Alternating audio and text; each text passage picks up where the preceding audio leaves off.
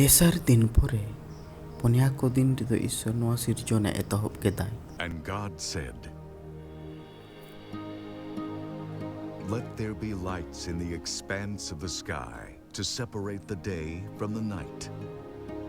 ईश्वर दोय मेन केदा सेरमा फाक रे इपिल को हुयुग मा जेमन निदो खोन सिंह भेगार को.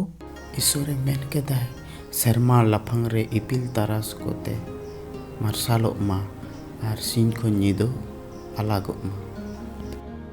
And let them serve as signs to mark seasons and days and years.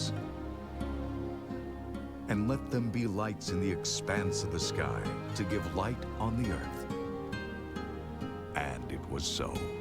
Are ओना को होते ते दो परब ओक्ते को दिन को आर बछर को उदुगो मा.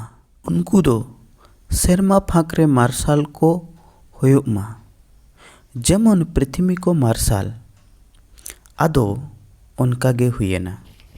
सेरमा फाकरे मार्शाल पृथ्वी मार्शाल लगी. God made two great lights. The greater light to govern the day, and the lesser light to govern the night. आर ईश्वर दोय बारिया नाप्राक मार्शाले बेनाव केदा. मारांग मार्शाल दो दिन रे झलकाव लगित आर हुडिंग मार्शाल दो निदो रे तेरदेज लगित. बारिया नाप्राक मार्शाल किन बेनावेना. मारांग दो दिन रे झलकाव लगित आर हुडिंग दो आयुब रे तेरदेज लगित.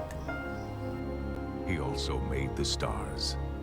God set them in the expanse of the sky to give light on the earth, to govern the day and the night, and to separate light from darkness. उनी दो इपिल होय बेनाव केत कोआ आर साउते सेरमा फाक रे दोहो केत कोआ जेमन उनको दो पृथ्वी को मार्शाल सिंह आर निदो को काला बनाओ आर मार्शाल दो ᱧᱩᱛ ᱠᱷᱚᱱ ᱠᱚ ᱵᱷᱮᱜᱟᱨ.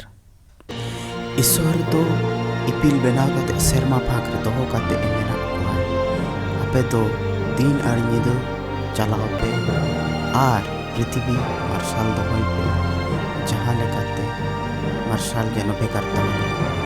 And God saw that it was good. आदो ईश्वर नेल केदा जे ओना दो भाग्या गे मेनते. आर ईश्वर नेल केदा ना दो भाग्या गे मेनते. And there was evening, and there was morning, the fourth day. आयुब एना आर सेता एना नोआ दो पुनिया को दिन ताहे काना. आयुब एना आर सेता एना नोका ते पुनिया को दिन दो पुरो एना.